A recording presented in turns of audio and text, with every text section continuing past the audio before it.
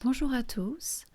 Dans le podcast qui va suivre, je souhaitais parler des émotions. Ces merveilleuses émotions qui nous permettent d'appréhender le monde dans lequel nous vivons, qui nous permettent de ressentir et d'interagir avec notre environnement, qui nous permettent d'entrer en relation avec les autres, qui nous permettent de faire de nombreuses expériences et qui nous permettent finalement d'apprendre à mieux nous connaître. Toutes ces émotions, bien sûr, elles sont là pour qu'on les vive. Elles font partie de ce que nous sommes, elles font partie de notre système très complexe, énergétique. Voilà, elles sont rattachées à un chakra en particulier dont je parlerai après. Et c'est très important en fait de comprendre comment fonctionne ce système émotionnel, pourquoi elles sont là. Parce que même si elles sont très importantes, elles nous causent beaucoup de déboires et elles nous en font voir de toutes les couleurs. C'est d'ailleurs pour ça qu'on rattache souvent les émotions à différentes couleurs, parce qu'elles nous mettent en fait dans des états particuliers dont il faut apprendre la maîtrise pour rester maître de soi-même et ne pas se laisser hypnotiser par toutes ces émotions. Parce que quand on se laisse hypnotiser par nos émotions, nous ne sommes plus nous-mêmes en quelque sorte. Ce n'est pas pour rien que nous avons une expression qui dit être hors de soi, en parlant de la colère. Eh bien oui, il s'agit bien de ça. C'est-à-dire que quand nous nous mettons dans des états émotionnels très forts, dans des tempêtes émotionnelles, notre conscience en quelque sorte, nous à l'état pur, notre être à l'état pur, c'est comme s'il ne pouvait plus rester en fait dans ce corps qui est en train d'être consumé par le feu de l'émotion, et notamment quand il s'agit du feu de la colère. Et donc nous vivons ces émotions en état hors de la conscience, hors du champ de la conscience. Et c'est pour ça que sous l'emprise de la colère ou de la peur, nous sommes capables des pires actes, parce que la conscience n'est simplement plus là. C'est comme si notre être véritable, notre âme si vous voulez, même si l'âme c'est pas exactement cela, mais dans le langage commun c'est comme ça qu'on en parle, c'est comme si notre âme ne pouvait plus rester dans le corps quand elle est sous l'emprise d'émotions très fortes. Elle se met à côté. Et c'est pour ça qu'on est hors de nous, parce que réellement notre vrai nous est hors du corps, hors des corps énergétiques. Et ce qu'il reste en fait dans le corps, c'est le tyran intérieur, les personnages qu'on aime jouer, notre partie inférieure en fait, qui reste sous l'emprise des émotions et hypnotisée par ces émotions.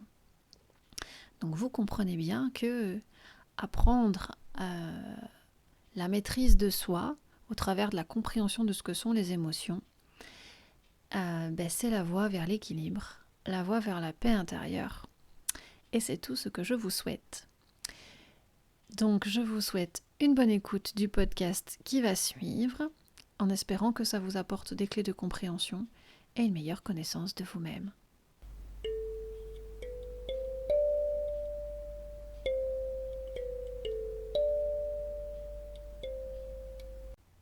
Bonjour à tous, aujourd'hui je voudrais vous partager un certain nombre de choses sur ce que sont les émotions. Vous êtes assez nombreux ces derniers temps à m'avoir sollicité pour soit vous aider à comprendre ce qu'il se passe dans la sphère émotionnelle, soit vous-même prodiguer des soins énergétiques pour vous libérer de certaines choses liées aux émotions que vous vivez. Donc aujourd'hui je voudrais partager un petit peu tout ce que moi j'ai appris ces dernières années, des choses qui font sens pour moi. Pourquoi pas aussi les tips que j'utilise au quotidien. On va voir comment cela vient. Comme toujours, je vous propose un podcast spontané et nature. Voilà. Vous prendrez du coup là-dedans ce qui vous parle et ce qui vous permet d'avancer. Alors, Avant de parler des émotions proprement parlées, je vais faire une petite introduction sur notre fameux canal. J'en ai déjà parlé dans le podcast sur la canalisation, justement, donc peut-être que voilà, ce sera une redite pour certains d'entre vous, mais c'est quand même le point de départ, me semble-t-il, pour comprendre en fait ces énergies, émotions qui nous traversent. Parce que vous allez voir qu'il s'agit véritablement de ça. Alors, comme je l'ai déjà expliqué, nous sommes tous extrêmement bien fabriqués en tant qu'êtres humains de lumière, même si on n'en a pas conscience. C'est-à-dire que nous avons un super canal de réception qui est, comme de par hasard, super bien aligné sur tous nos chakras qui ne sont pas là pour rien. C'est comme un tuyau intérieur en fait que nous avons, capable de recevoir les énergies universelles, qu'elles soient information, guérison, etc. Idées, voilà, tout ce qui nous sert à nous nourrir et à avancer. Ce canal en fait de réception, il a tendance dans nos vies incarnées à se boucher de deux manières principalement. La première, c'est au niveau de la tête, dans notre mental, avec toutes les pensées qu'on laisse du coup tourbillonner en nous et qui font bouchon. Et le deuxième lieu de bouchage, c'est le plexus solaire, qui est le siège de nos émotions. Quand voilà, nous avons des émotions qui sont restées un petit peu trop longtemps et qui ont eu tendance à nous hypnotiser un petit peu, ça fait un énorme bouchon de notre canal et nous sommes plus capables de recevoir les énergies universelles de manière fluide et naturelle. Ce qui fait qu'on se sent un petit peu perdu et aussi, pourquoi pas, seul et abandonné. Alors qu'en fait, nous ne le sommes jamais, nous recevons toujours tout ce dont on a besoin de la manne universelle en termes d'informations, d'idées, de suggestions, de ressentis, d'intuition, etc. Simplement, c'est que souvent notre canal est bouché. Donc, nous aujourd'hui, on va plus s'attarder sur la sphère émotionnelle, mais il faut bien comprendre que pour les pensées, ça fonctionne exactement de la même façon. C'est-à-dire que les pensées, comme les émotions, sont simplement des informations, des énergies qui sont censées nous traverser. Elles nous traversent pourquoi ? Pour nous montrer quelque chose, parce qu'elles ont forcément quelque chose à nous apprendre. Donc les pensées, les émotions ne sont pas mauvaises, bien entendu. Par contre, ce qu'on n'a pas forcément appris à faire, c'est que l'émotion, quand elle est venue nous montrer quelque chose, nous devons la laisser traverser, nous devons la laisser poursuivre son chemin. C'est une énergie qui vient et qui va. Le problème, c'est quand justement on laisse cette énergie s'installer en nous et qu'on la laisse nous hypnotiser. Du coup, on s'identifie à l'émotion, on a l'impression qu'on devient l'émotion, on devient la colère, on devient la tristesse. Et c'est à partir de là que c'est la descente un peu aux enfers quand même, hein, parce que comment on peut s'en dépêtrer après de ça, ça devient plus compliqué. Et c'est à partir de là que du coup, à un moment donné, on va avoir besoin d'exprimer cette émotion, donc on la fait remonter jusqu'au chakra de la gorge pour l'exprimer. Alors que si on l'avait simplement laissé traverser, on n'aurait pas besoin en fait de l'exprimer. Elle nous aurait traversé, elle nous aurait montré traverser, et point, c'est fini quoi. Voilà. Donc c'est vraiment très important de comprendre que les émotions en fait sont des informations. Cela veut dire que non seulement elles ne nous appartiennent pas, non seulement on n'est pas cette émotion, mais en plus on ne l'a même pas créée. C'est une information qui vient à nous. Alors vous allez me dire, mais comment ça se fait qu'elle vient à nous ? Eh bien elle vient à nous parce que nous baignons en fait dans un champ informationnel en permanence, et au niveau émotionnel, c'est très très très très chargé, surtout ces derniers temps. On baigne dans ce champ informationnel, et à un moment donné, il y a quelque chose en nous qui va faire résonance avec certaines informations, et on va se mettre en résonance avec, on va les attirer, on pourrait dire, même si c'est pas exactement comme ça, mais pour faire simple, on va le dire comme ça, et du coup, cette émotion nous traverse. Mais elle est avant tout là pour nous montrer quelque chose qu'on n'a pas réglé, une faille qui est encore en nous, un comportement, une façon de faire, un schéma en fait qu'on a encore l'habitude d'utiliser, et pour nous montrer simplement que qu'on peut aussi transmuter en fait certains de nos schémas pour nous plus être en résonance avec certains types d'émotions. Il y a un exemple que j'aime donner parce qu'il est assez parlant. Je ne sais plus d'ailleurs si je l'avais déjà donné dans le podcast sur la canalisation. Sinon c'est une redite, c'est pas grave. De toute façon les rappels font aussi parfois du bien. Alors ce petit exemple, c'est la fameuse situation où vous vous trouvez sur un parking dans votre voiture, vous tournez depuis un quart d'heure pour trouver une place. C'est un peu compliqué de se garer dans cette ville-là, voilà, vous n'avez pas trop envie de changer de parking parce que c'est celui-là qui était le plus pratique, vous avez les enfants à l'arrière dans la voiture, enfin bon, bref. Donc vous tournez, et puis il y a enfin quelqu'un qui rentre dans sa voiture pour libérer une place. Donc vous attendez patiemment avec votre clignotant que la place se libère. Et puis là, une fois que la voiture part, de l'autre côté, par l'autre accès, il y a quelqu'un d'autre qui arrive et qui vous prend la place sous le nez. Voilà, vous voyez cette situation bien agaçante. Bon, alors dans cette situation, il se passe quoi ?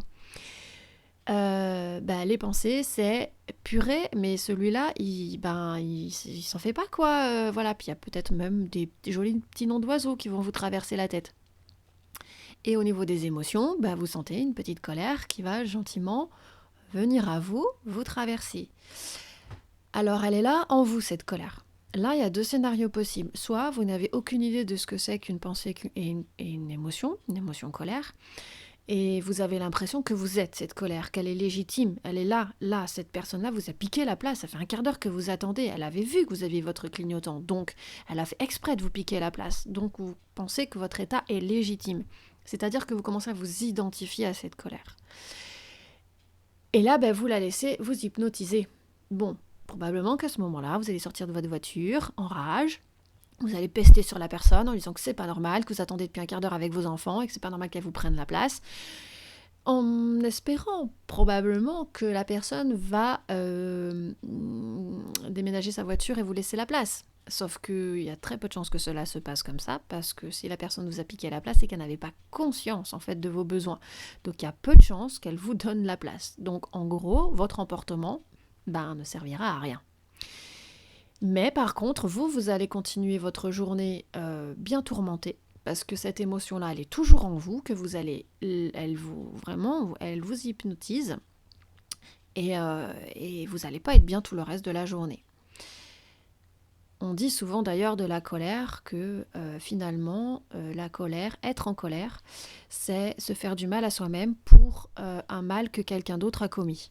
Et c'est exactement ça, parce qu'au final, la personne qui sera mal, ce sera vous, ce ne sera pas la personne qui vous a piqué la place.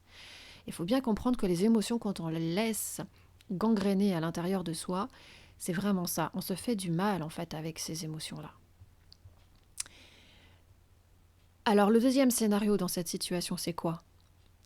C'est que vous savez que la colère qui vient, qui est entrée en vous, cette information qui est venue en vous, elle est là pour vous montrer quelque chose. Elle est là pour vous montrer quoi ?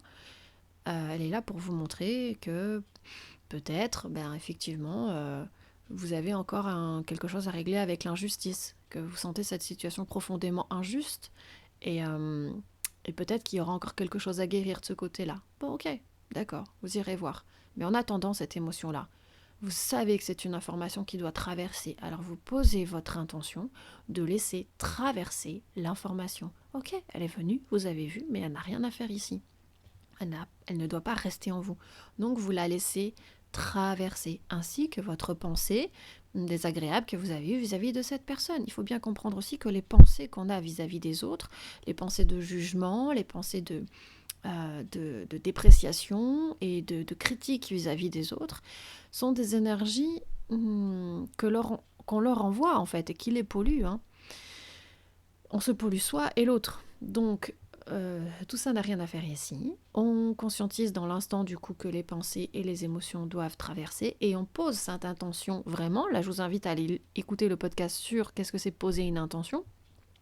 On pose l'intention que ça nous traverse. On visualise. Moi, je visualise souvent que l'émotion traverse mes corps. Elle est venue d'un côté, hop, elle repart de l'autre côté, comme une espèce de fil, une fibre optique, là, je sais pas quoi, qui traverse et qui s'en va. Et là, on souffle. Et là, on peut se remettre à l'intérieur de soi, dans un état de paix intérieure. Et souvent, là, d'ailleurs, il y a un éclaircissement qui arrive.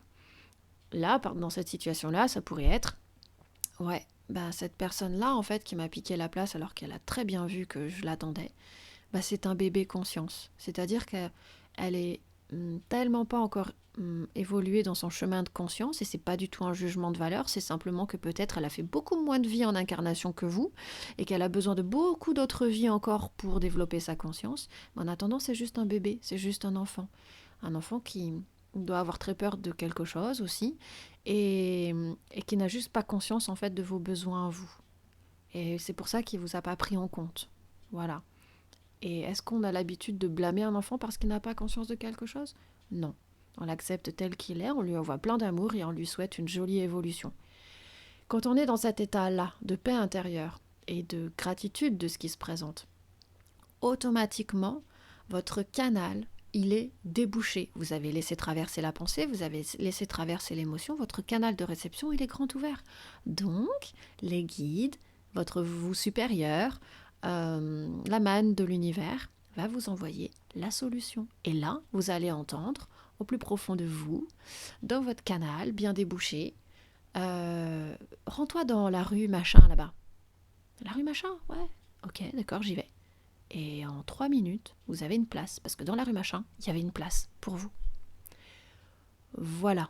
Ça, c'est un exemple qui me semble assez parlant, voilà, de comment ça fonctionne concrètement dans le quotidien quand il y a une émotion qui vient et qui aurait envie de nous submerger. Il faut bien comprendre que le champ informationnel dans lequel on baigne est très, très, très, très, très dense ici sur la Terre. Et en ce moment, de plus en plus. Pourquoi ? Parce que on est à l'aube de grands, grands, grands bouleversements au niveau de notre civilisation. Et qu'il se passe beaucoup de choses d'un point de vue énergétique, d'un point de vue invisible et subtil, et qu'il y a énormément en fait de biais qui sont utilisés dans l'invisible pour vous mettre dans des états émotionnels en fait néfastes. Donc c'est pour ça qu'il y a énormément de choses qui alimentent la peur en ce moment. C'est la principale pollution émotionnelle en ce moment, elle est là, c'est la peur. On nous crée tout un tas de scénarios dans le collectif pour nous emmener dans la peur. Parce que quand on est hypnotisé par la peur, on n'est plus connecté à notre lumière. Donc on ne peut plus réfléchir par nous-mêmes, on est de bons petits moutons dociles et obéissants. Voilà le but de tout ça. Alors je ne vais pas rentrer là-dedans, on s'en fiche pas mal, c'est pas le sujet. Le sujet c'est de comprendre qu'on baigne dans ce climat-là, qu'il est stimulé par plein de vecteurs, la télé, la radio, la musique, tout ce qui est de l'ordre du spectacle. Toutes ces choses-là, en fait, sont infiniment perverties dans notre monde pour nous emmener dans des états émotionnels hypnotiques et pour nous dévier, en fait, de notre lumière. Donc, il faut faire très attention aussi à ce qu'on laisse entrer en soi et choisir ce champ informationnel et se protéger d'une certaine façon aussi de ce qui est propagé, en fait, dans le collectif. Parce que même s'il y a des choses auxquelles on ne peut pas échapper, et là c'est le self-control en fait, c'est la maîtrise de soi en fait, qui fait que à chaque fois qu'une émotion va nous traverser, on lui demande de traverser justement, on ne la laisse pas s'installer en soi, mais on peut aussi choisir en termes d'hygiène de vie de ne pas se confronter en fait à un champ informationnel émotionnel trop intense qui nous dévierait en permanence en fait de ce que l'on est. C'est pour ça que moi par exemple j'ai pas de télé chez moi depuis des années. Ça veut pas dire que je suis pas au courant des choses, je suis au courant mais par d'autres biais de canaux. Et quand je choisis de me connecter à un canal d'information pour savoir voilà ce qui se passe, déjà c'est un canal c'est pas l'information classique qui nous est donnée parce que celle-ci elle est ô combien mensongère, mais c'est des canaux indépendants qui sont des chercheurs de vérité. Et quand je choisis de m'y connecter, je choisis de m'y connecter en conscience, justement avec un état intérieur très aligné qui fait que je ne vais pas me laisser dévier en fait par le champ informationnel qui pourrait quand même véhiculer. Et d'ailleurs, je vois très bien quand j'ai pas suffisamment fait attention à mon état intérieur et que je traîne un peu trop sur ces canaux-là, je peux très vite aussi me sentir rabaissée dans ma vibration et me laisser polluer en fait par tout ça. Et après, il faut nettoyer, il faut laisser traverser, laisser traverser, laisser traverser. Mais quand on a été un peu trop envahi, il y en a beaucoup à faire traverser. Donc il y a un gros travail d'épuration après à faire. Donc voilà, c'est un équilibre aussi à trouver entre ce qui est en soi, laisser traverser, et ce qu'on choisit en fait de laisser rentrer, quoi. C'est très important de vraiment prendre conscience du monde dans lequel on est et de faire attention à ce qu'on laisse entrer en soi. Alors maintenant, j'aimerais vous parler un petit peu plus précisément de ce fameux centre émotionnel, le plexus solaire. Le plexus solaire, c'est pas pour rien qu'il s'appelle plexus solaire. Il fait partie en fait de la région du hara, qui va du plexus solaire jusqu'au chakra sacré, deuxième chakra. Donc c'est vraiment toute la région du ventre, du nombril.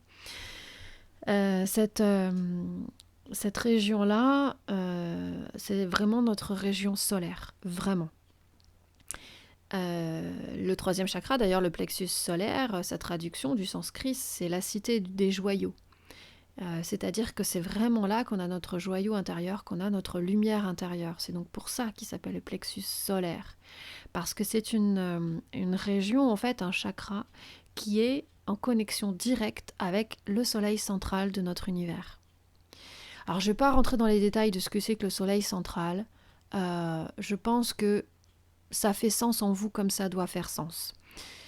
Imaginez que notre soleil, vraiment de notre système solaire, comme c'est loin d'être le seul soleil de notre univers, vous êtes bien d'accord? Il y a des milliards et des milliards de soleils dans notre univers. Mais notre soleil est relié en fait à un soleil central, on pourrait dire, proche de ce que pourrait être la source originelle. Enfin bon, c'est un petit peu compliqué à expliquer. Je ne vais pas rentrer dans tous les détails parce que c'est pas le sujet, mais en gros, il y a une source solaire infinie, immense, tout amour, à laquelle nous sommes reliés par notre plexus solaire. Et faire attention, du coup, prendre soin de notre plexus solaire, c'est justement prendre soin de notre connexion à ce soleil central. Je vais aussi aborder là le fait que cette région-là de notre plexus solaire, c'est pas pour rien qu'il est situé au niveau de l'estomac aussi, les chercheurs, les scientifiques commencent à comprendre que la sphère gastrique, finalement, c'est très important aussi. Ils l'appellent le deuxième cerveau. Parce qu'on commence à comprendre qu'il y a des neurotransmetteurs aussi au niveau digestif et qu'il y a même plus de connexions neuronales qui partent dans le sens de l'estomac vers le cerveau que du cerveau vers l'estomac. Vous voyez, donc les chercheurs commencent à s'interroger sur toutes ces questions-là. Le fait que peut-être que finalement l'alimentation est quand même plus importante que ce qu'on croit, par exemple. Parce que quand on n'a pas un bon système digestif, c'est justement toute la sphère émotionnelle qui est déréglée. Donc ça, on commence à le comprendre du point de vue de la science. Et je vous invite d'ailleurs à peut-être vous interroger aussi d'un point de vue alimentaire, comment vous alimentez votre corps, parce que notre alimentation va avoir un lien direct avec notre système émotionnel. Le plexus solaire est au niveau de l'estomac. Donc ça, c'est du point de vue de la science, mais d'un point de vue plus subtil, en fait, cette région-là du plexus solaire, du hara, est en fait le premier cerveau, pas le deuxième, c'est le premier. C'est-à-dire que quand cette région-là, elle vibre complètement, qu'elle est complètement épurée et fonctionnelle, c'est elle en fait qui nous dirige, qui nous mène en fait, parce que c'est elle en fait qui est en lien direct avec la manne universelle, avec ce soleil central et notre lumière. Et le cerveau est là en fait pour se mettre au service du premier. C'est lui après qui va permettre de comprendre, analyser, décortiquer, mémoriser et qui va nous permettre de vivre concrètement en fait dans la matière. Mais le premier cerveau, c'est bien celui du ventre. Voilà, donc vous voyez qu'il y a tout un tas de choses dans notre monde qui a été un petit peu mis à l'envers quand même, et qu'il nous faut recontacter, reconnecter pour que les choses se remettent simplement dans le bon sens. Donc cette région-là du plexus solaire, il faut vraiment en prendre soin. Il faut le visualiser comme vraiment un soleil qui brille de mille feux. Et surtout, ne pas le laisser en fait être parasité par des émotions qu'on aurait laissé traîner trop longtemps en fait en soi. Les émotions sont des énergies très précieuses, des informations très précieuses, mais qui sont là justement pour nous révéler quelque chose, et elles doivent traverser, elles ne doivent pas rester en nous. C'est prendre soin de cette région-là, du plexus solaire, du hara, c'est quelque part, c'est reprendre aussi la responsabilité de ce qu'on choisit en fait, de se faire vivre tout simplement.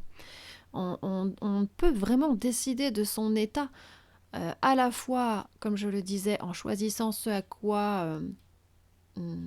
sous quoi on est sous influence en fait, par ce qu'on regarde, ce qu'on entend, ce qu'on écoute, les fréquentations, ce qu'on mange, voilà, tout ce qui fait partie de notre environnement, mais aussi en choisissant de ne pas laisser s'installer en nous, en fait, euh, tout ce qu'on vit en interaction avec notre environnement. Alors il y a peut-être une question qui peut émerger, c'est oui, mais qu'est-ce qu'on fait des bonnes émotions? La joie, l'amour. Alors déjà, je vais faire une précision, l'amour n'est pas une émotion. Ah, et oui, peut-être certains d'entre vous ne l'ont-ils encore jamais entendu comme ça.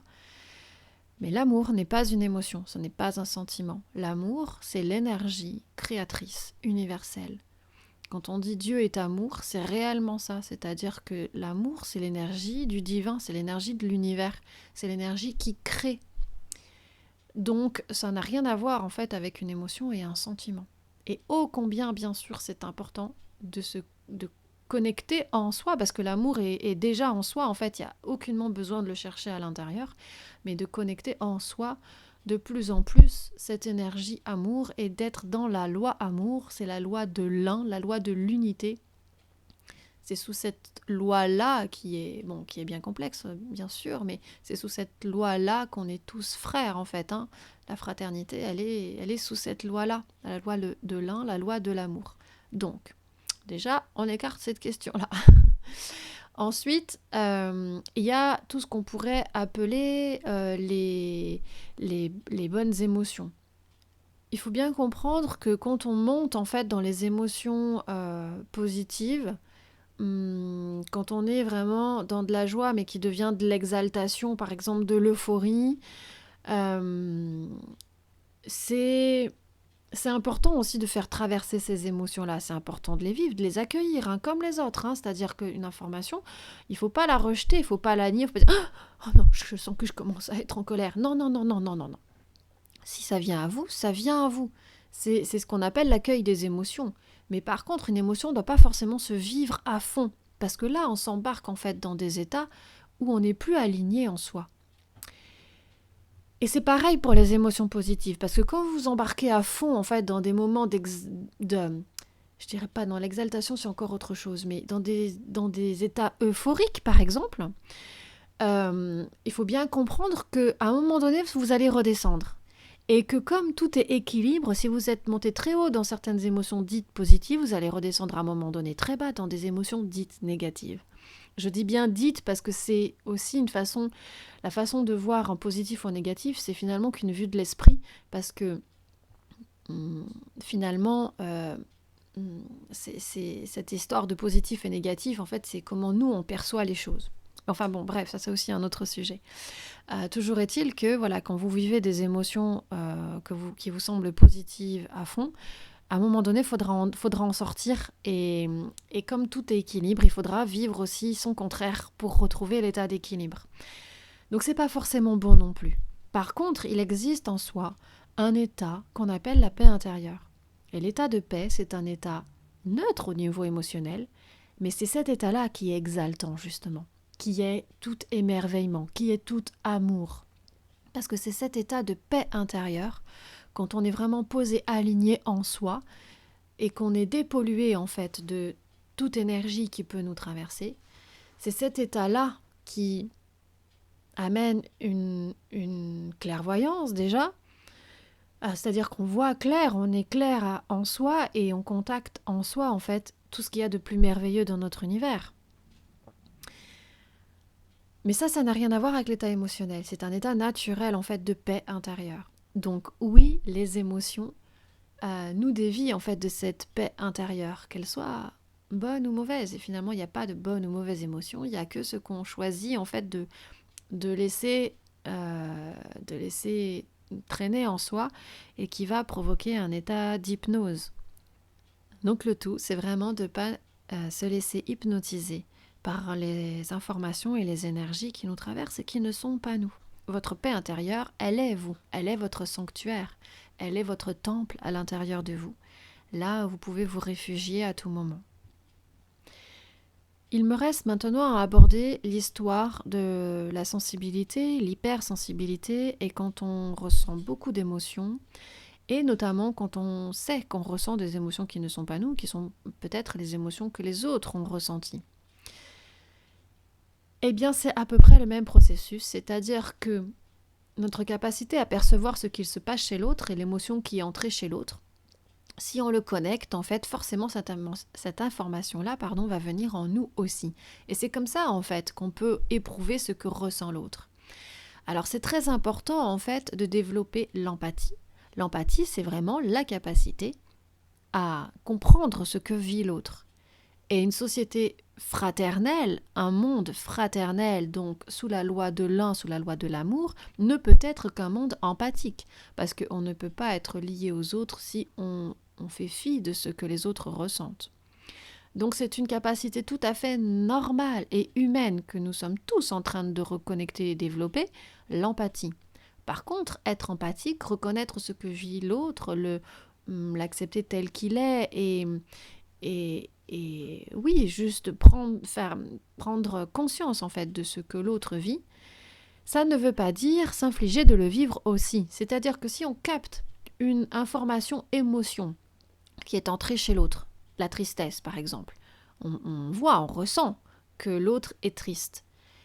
On peut faire le choix à chaque instant de ne pas laisser en fait cette émotion-là. Alors elle peut nous traverser l'espace d'un instant parce que c'est le moment où on voit que l'autre, on prend conscience que l'autre est triste, mais on peut poser l'intention immédiatement de laisser cette information-là traverser. Elle n'a pas lieu de rester à l'intérieur de nous. Donc cette histoire en fait de la sensibilité que nous sommes tous en train de reconnecter et développer, et qui est tout à fait le chemin normal en fait de l'humain, finalement c'est une invitation aussi à faire le ménage en soi. Parce qu'il s'agit bien de ça, c'est vraiment aller faire le ménage de ce qui se passe en nous, dans notre plexus solaire, et d'en prendre vraiment soin pour que ce plexus rayonne, comme le soleil central, qui soit tout amour et lumière, et qui nous permette de reconnecter à l'intérieur de nous ce royaume, ce sanctuaire fait de paix, dans lequel on se sent bien, ressourcé, épanoui, et à partir duquel on peut recevoir toutes les informations et les codes qui sont là pour nous guider. Et là, je ne parle pas des émotions et des pensées, je parle des informations type intuition, ressenti, guidance, et messages célestes. Toutes ces informations-là qui vont nous permettre d'avancer sur notre chemin de vie et de grandir encore davantage dans notre lumière. Voilà, je pense que j'ai oublié tout un tas de choses, mais qui ne me reviennent pas à l'esprit là dans l'instant. J'ai envie de vous laisser du coup sur cet enseignement, sur ce qu'est le plexus solaire et cette lumière que nous avons tous en nous, ce feu qui ne demande qu'à rayonner. Je vous laisse donc ici, portez-vous bien et je vous dis à tout bientôt.